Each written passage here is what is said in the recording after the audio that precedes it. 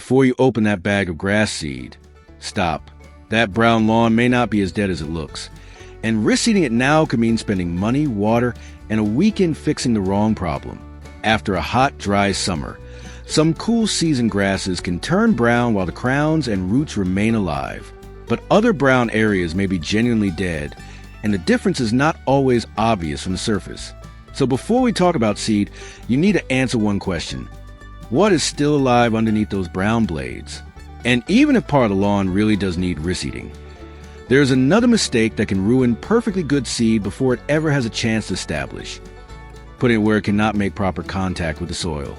First, we need to find out whether your lawn needs new grass at all, or whether it needs a completely different fix. The first place to look is not at the brown leaf blade. It is down at the base of the plant. Grass can sacrifice its leaves during heat and drought while keeping the crown, the growing point close to soil level, and enough of the root system alive to recover. That is why a lawn can look convincingly dead in August and begin producing green growth again once moisture and cooler conditions return. Kentucky bluegrass is a good example. It can enter drought dormancy and turn brown while the base and roots remain alive. Similar summer dormancy is common in established cool season lawns across parts of the northern United States and Canada, and the RHS makes the same basic point for established UK lawns. Brown top growth after drought does not automatically mean the whole plant has died. So get closer before you reach for seed. Part the dry blade with your fingers and look down where the shoots meet the soil. You are not searching for a perfectly green lawn hidden underneath. You are looking for signs that the plant still has viable tissue near its growing point. And in some areas, perhaps a little fresh basal growth beginning as conditions improve. If you want a better look, take a small plug from the edge of a damaged area, rather than tearing apart the middle of the lawn. Examine the crown and roots. Firm, pale or green living tissue is much more encouraging than crown and root tissue that is badly deteriorated, dark, soft, or rotting. But don't make the opposite mistake and turn this into a one-test diagnosis. Give the turf a gentle tug. Grass that still feels well anchored has a functioning root system holding it in the soil. If an entire section lifts or rolls back unusually easily, investigate further. Severe root-feeding grub damage, for example, can leave turf with so few roots that it pulls up almost like a loose carpet. That does not mean every loose brown patch is grubs. It means the way the turf is attached or isn't attached gives you another clue. Now check the soil itself. Slide a trowel or screwdriver several inches down. Is the soil actually dry below the surface? Or are you looking at brown grass sitting over moist soil? A lawn that browned during drought and has since received adequate moisture deserves some time to show whether living crowns will restart growth. And look at the pattern. A broadly brown cool season lawn after extended heat can fit dormancy. A few sharply defined patches, strips, circles, or areas that refuse to recover deserve more suspicion.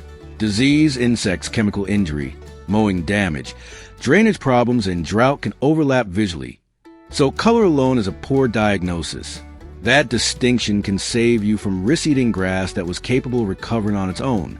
But suppose you check the crowns, roots, and soil, give conditions time to improve, and some areas really are dead, then don't buy the seed yet.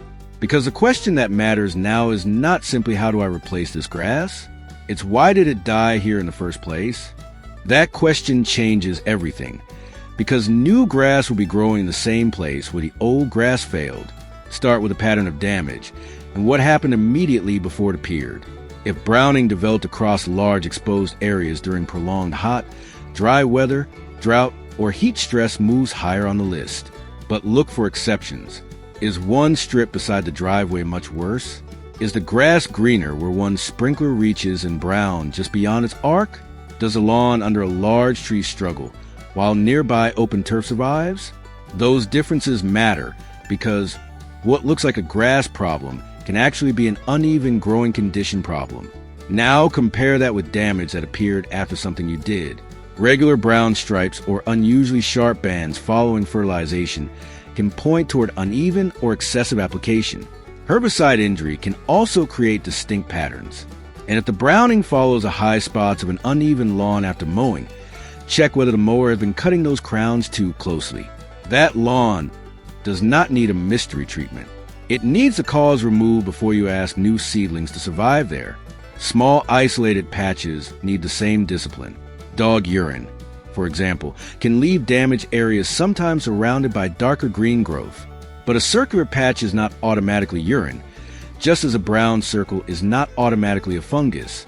Lawn diseases, moisture stress, insects, and chemical injury can produce symptoms that overlap enough that appearance alone may mislead you. So when disease seems possible, look beyond the outline of the patch. Check individual blades. Is there unusual spotting or discoloration? Did the problem develop during prolonged warm, humid, or wet conditions? Is the turf continuing to deteriorate even though soil moisture appears adequate? Those are reasons to investigate further, not reasons automatically reach for a fungicide. The same rule applies to insects. If brown turf has lost its roots and lifts unusually easily, inspect underneath it. White grubs feed on turf roots and can make damaged sod easy to peel back. In parts of Canada, Ontario guidance specifically notes that Japanese beetle grub injury can resemble drought stress until the turf is lifted and the larvae are found underneath. But don't treat simply because you find one insect. You need to identify what is actually there and whether there is enough activity to explain the damage. Then look at the places where the lawn repeatedly struggles year after year. A path everyone walks across, the entrance to a shed, ground that stays wet long after rainfall, grass underneath dense shade, soil compacted beside construction or heavy traffic. Reseeding those locations without changing the site may only restart the same cycle. And there's one especially deceptive problem worth checking. A brown area can receive rain or irrigation and still have dry soil underneath. The RHS describes dry patch where water-repellent soil prevents moisture from penetrating properly, sometimes allowing water to sit or run off while the root zone remains dry, which means the next inspection needs to go below the grass completely, because before seed touches this lawn, we need to know what is happening inside the soil and around the roots. Take a trowel and open the soil at the edge of one brown area, then do the same in nearby healthy grass. That comparison can tell you far more than looking at the lawn from across the yard. First, check how far moisture has actually moved into the soil. A surface that looks dark after watering can be misleading. Penn State notes that irrigation should wet the turf's root zone, while soil texture, structure, compaction, and drainage all affect how quickly that water can move downward. So don't just touch the top half inch. Use a trowel or soil probe and look several inches down. University of Maryland recommends checking below the surface after watering. If the top is wet while the soil beneath remains dry, running the sprinkler longer may not be solving the real problem. Watch what the water does as well. If it begins running toward the sidewalk while the soil below remains relatively dry, the application may be faster than that soil can absorb it. Compacted soil and heavy clay can slow infiltration enough that water starts leaving the area before it reaches much of the root zone. And sometimes the problem is even stranger. In what the RHS calls dry patch, soil can become water repellent.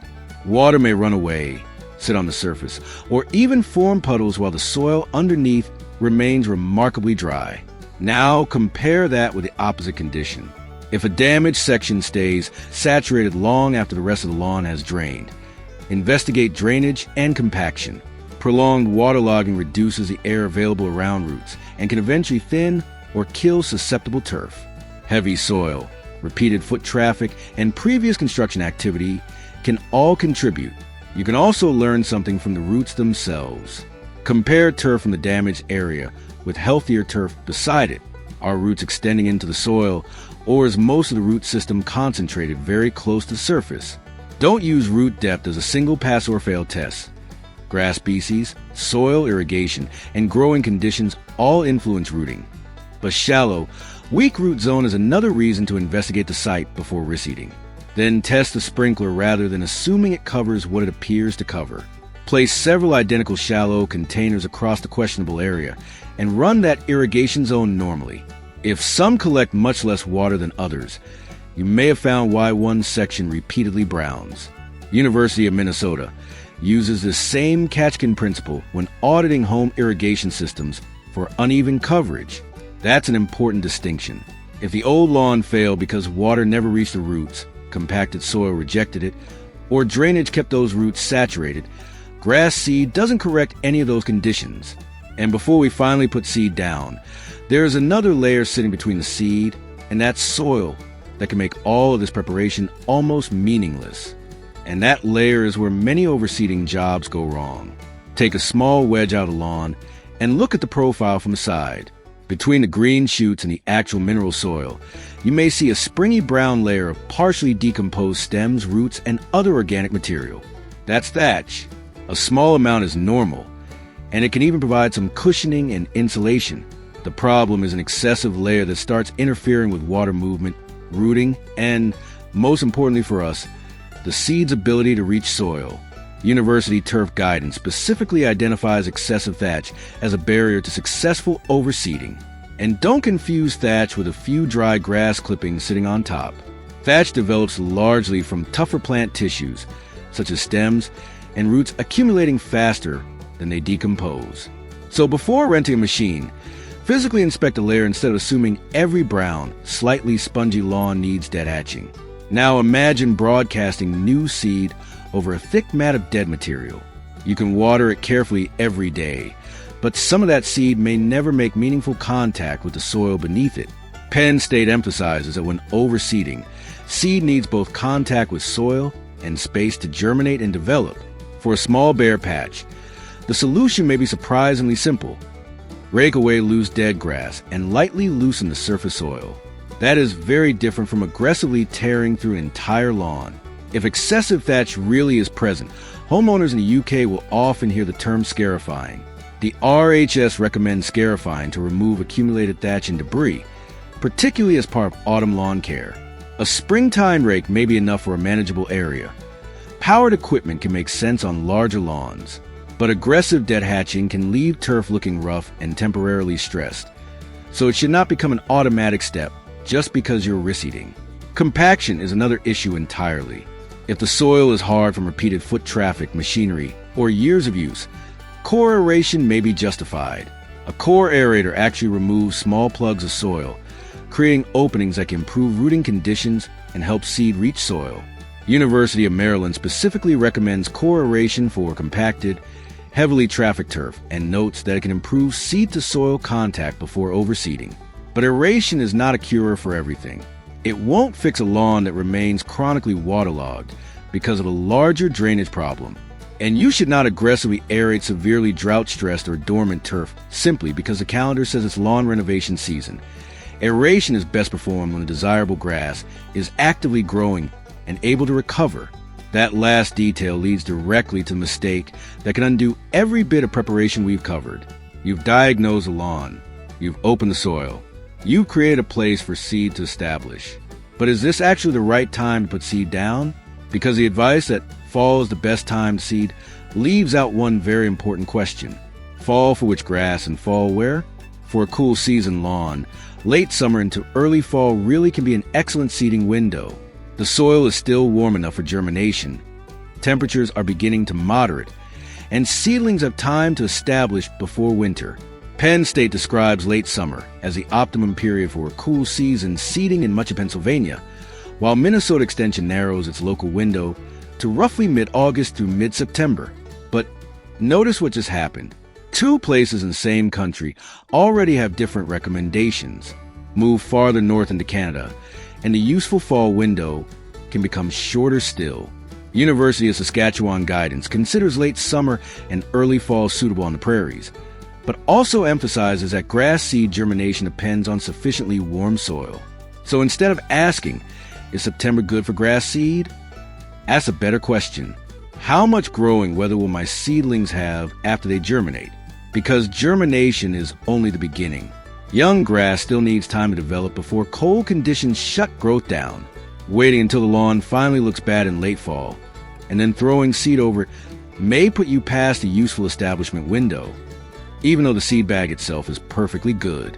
Penn State specifically warns that late fall soil temperatures can become too cold for germination, and young stands seeded too late may also enter winter less mature. Now compare that with the UK. The RHS favors early autumn, when soil remains warm and moisture is usually more available, allowing seedlings to establish before hard frost. But even there, autumn should not be treated as permission to sow under any conditions. A hot, dry spell can make establishment difficult, which is why the RHS advises avoiding summer, sowing during hot, dry weather, and waiting for more favorable conditions. And southern U.S. lawns require an even bigger adjustment. If your lawn is a warm season grass, do not automatically copy the fall overseeding schedule meant for Kentucky bluegrass, fescue, or perennial ryegrass. Bermuda grass, for example, is actively established during the warmer part of the year. University of Georgia guidance says Bermuda grass can be planted through spring and summer, while planting too late may leave it without enough development before winter. So there are two ways to miss the window. Seed too early while extreme summer heat and drought are still working against germination and establishment, or wait so long that seedlings run out of useful growing time before cold weather arrives. Which means your calendar should never make this decision by itself. Identify your grass type. Check reliable local guidance for your region. Consider your approaching cold weather. And look at the conditions actually happening in your yard. Then, before buying seed, turn the bag over. Because timing can be perfect and the soil can be ready, but if you choose the wrong grass for that particular lawn, you may be repairing the same bare areas again next year. Start with the place where the grass has to live, not with a photograph on the front of the bag. A sunny front lawn, a shaded strip beneath trees, and a backyard crossed every day by people or pets may all need different turf characteristics. Penn State's turf guidance specifically recommends matching grass species and mixtures to the site's conditions and intended use rather than treating lawn seed as interchangeable. Shade is a good example. Fine fescues are among the more shade-tolerant cool season grasses, and the RHS notes that UK shade mixes often contain a high proportion of fescues. But even a seed bag labeled shade-tolerant cannot overcome extremely poor light. If grass fail because the site is simply too dark, buying a different bag may only delay the same result. Now think about how the lawn is used. If the area receives regular traffic, you want turf selected for wear and recovery, not necessarily the finest looking mixture on the shelf. If drought was part of the original problem, look for species and cultivars suited to lower moisture conditions in your region. The RHS, for example, recommends drought-tolerant mixes with a greater proportion of fescues when repairing drought-damaged UK lawns. And when you're overseeding rather than starting over, compatibility matters. You're adding grass to an existing plant community. A mixture can contain several grass species, while a blend contains multiple cultivars of the same species. University of Maryland notes that mixtures and blends can increase diversity and allow different grasses to contribute under varying lawn conditions. Now turn the bag around. Ignore the large marketing words for a moment and find the seed label. Look at which species and cultivars actually make up the product. Check their percentages. Look at germination, purity, weed seed, other crop seed, inert material, and the date of the germination test where listed. Those details tell you much more about what you're buying than a photograph of a perfect green lawn. A cheap bag isn't automatically a bargain either. Seed with poorer purity or germination can give you less viable grass seed for the money. Most importantly, don't copy a seed recommendation from another climate just because the lawn looks similar. Use local extension, university, provincial, or reputable horticultural guidance to narrow down species and cultivars that perform where you actually live. Because once you've chosen the right seed, we can finally prepare those brown areas for it. And this is where you need to decide whether you're repairing thin living turf, a truly bare patch, or a lawn that needs much more extensive renovation. Now decide how much preparation that particular area actually needs. If you're looking at thin turf with plenty of living grass still present, don't destroy what's left just to create a perfect-looking seed bed. Overseeding is meant to add density to an existing lawn. The goal is to create enough openings for seed to reach the soil while preserving healthy turf that's already doing its job. That usually starts with mowing the existing grass down before seeding and removing heavy clippings or loose debris that would keep seed suspended above the soil. You're not trying to scalp healthy crowns. You're reducing competition and exposing more of the surface where new seedlings need to establish. A completely bare patch is different. If you confirm the grass there is truly dead, rake away loose dead material until you can work with actual soil. Lightly loosen the surface. Correct any small depression that collects water, and leave the area reasonably level. University of Maryland's bare patch guidance recommends removing dead grass, loosen the upper soil, and firming the area after sowing rather than simply throwing seed onto the old mat. For a small patch, that may be all the renovation you need. No rented machine. No tearing up the surrounding lawn. No turning a Saturday repair into a full weekend reconstruction. But if the same section is hard and compacted from years of traffic, that's when core aeration may earn its place. And if you've already confirmed a significant thatch problem, scarifying, vertical mowing, or another appropriate method may be useful for opening the surface. Those treatments should solve a condition you've actually found, not become automatic items on a reseeding checklist. Also pay attention to uneven ground, a shallow hollow that repeatedly holds water, or a raised spot that keeps getting scalped may need correcting before new seed goes down. The RHS recommends repairing minor dips and bumps by adjusting the soil level, so repaired turf sits evenly with the surrounding lawn. And if half the lawn is failing, weeds dominate large sections, or major site problems need correcting, patching individual spots may no longer be the efficient choice. At that point, a broader renovation can make more sense than repeatedly chasing one bare area after another. By now, the surface should tell you exactly what you're working with. Living turf that needs thickening, bare soil that needs repairing, or a larger area that needs renovation. Only now are we ready to spread seed. And this next part matters, because twice as much seed does not give you twice as good a lawn. Measure the area before you open the bag. Not the entire lawn if you're only repairing a few patches. The actual area receiving seed. Then use the seeding rate recommended for that grass species mixture and purpose. Overseeding rates can be different from rates used to establish an entirely new lawn, and the correct amount varies considerably among tough grasses. University of Maryland, for example, publishes different overseeding rates for tall fescue, Kentucky bluegrass, and fine fescue. So this is not a situation where an extra handful is automatically insurance. Penn State warns that simply increasing the seeding rate does not guarantee healthier turf. An excessively dense stand can actually increase problems such as disease and mower scalping. Use the appropriate label or reliable local turf recommendation instead. Then concentrate on distribution. For a larger area, divide the required seed into 2 equal portions. Spread the first half while walking in one direction, then spread the second half across it at roughly a right angle. Both University of Maryland and the RHS use this 2-direction approach because it helps produce more even coverage than trying to apply everything in a single pass. On a small bare patch, you can distribute seed by hand, but the objective is still the same. Avoid heavy piles in one place and nearly empty soil a few inches away.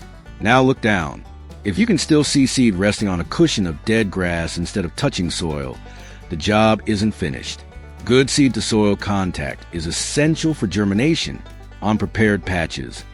Lightly rake the surface so the seed settles into contact with the soil. You don't need to bury grass seed beneath a thick layer. University of Maryland cautions against planting it too deeply, while the RHS recommends only lightly raking after broadcasting. Then gently firm the area. For small repairs, the back of a rake can press seed against the soil. On larger prepared areas, a light roller may be useful. The purpose is contact, not crushing or heavily compacting the seed bed. At this point, resist the urge to keep adding seed simply because some soil is still visible. You selected the right grass, measured the area, distributed it evenly, and placed it where moisture can actually reach it. Now comes the part that ruins many otherwise good reseeding jobs. Because once that seed begins absorbing moisture, allowing the germination zone to repeatedly dry out can undo everything you've just done. And watering new seed is not the same as watering an established lawn. During the first few days, your job is not to water deeply like you would an established lawn. It's to keep the germination zone consistently moist without turning it into mud. New grass seed sits very close to the surface, and those upper layers can dry quickly, especially in warm, windy weather or sandy soil.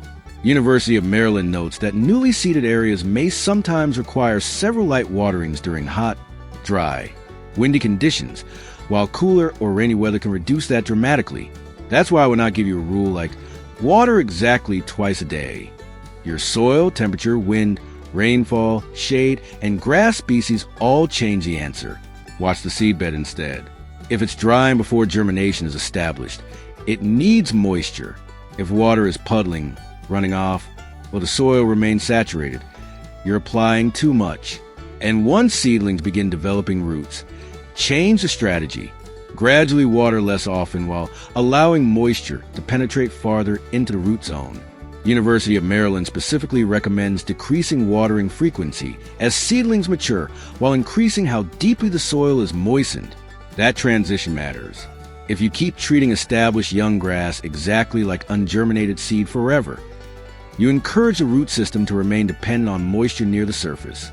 Now keep people, and especially repeated traffic, off those repairs as much as practical.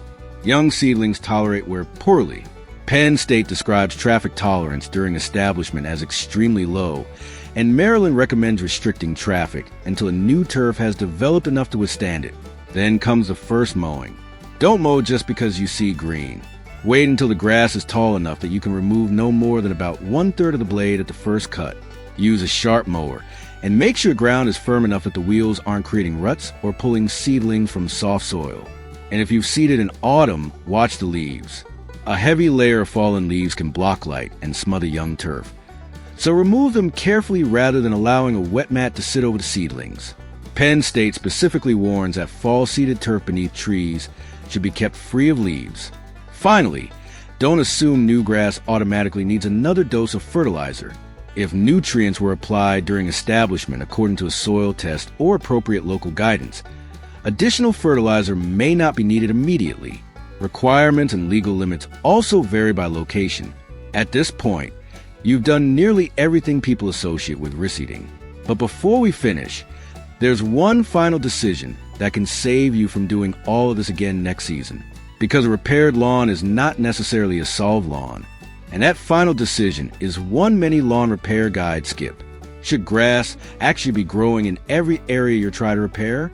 Suppose that same patch sits beneath dense tree shade, stays waterlogged after rain, gets walked across every day, or repeatedly dries because tree roots compete for moisture.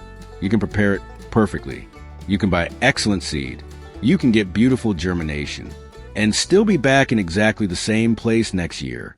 University of Maryland specifically lists excessive shade, heavy traffic, poor drainage, incorrect mowing, drought, and other site conditions among common reasons lawns fail. Minnesota Extension makes a larger point. Identifying why a lawn is performing poorly before renovating can sometimes save the renovation entirely. So when a repaired area begins growing, don't consider the diagnosis finished. Watch what happens afterward. Does that section dry before the rest of the lawn? Does water collect there? Does grass beneath the tree gradually become thin again? Is traffic creating the same compacted path? If the answer is yes, don't simply add another bag of seed. Change the condition where you reasonably can, and in a location where the conditions simply don't suit turf. Deep shade is a good example. The smarter decision may be to stop forcing grass into that space. Both the RHS and University of Maryland recommend considering alternatives where shade or other site limitations make healthy turf difficult to maintain. That can mean less reseeding, less watering, and less work rather than fighting the same patch every season. So when your lawn turns brown after summer, don't let the color make the decision for you. First, determine whether the grass is actually dead. Find what caused the damage. Check the soil and water. Correct the problem where possible. Then decide whether you need overseeding, individual patch repair, or more extensive renovation. Choose the right timing and the right seed. Create genuine seed-to-soil contact, and protect those seedlings while they establish. Because a brown lawn after summer isn't automatically a lawn that needs replacing. Sometimes much of it is still alive. And when reseeding really is necessary, the smartest part of the job happens before the seed bag is ever opened. What region are you gardening in? And is your lawn brown everywhere or only in certain patches?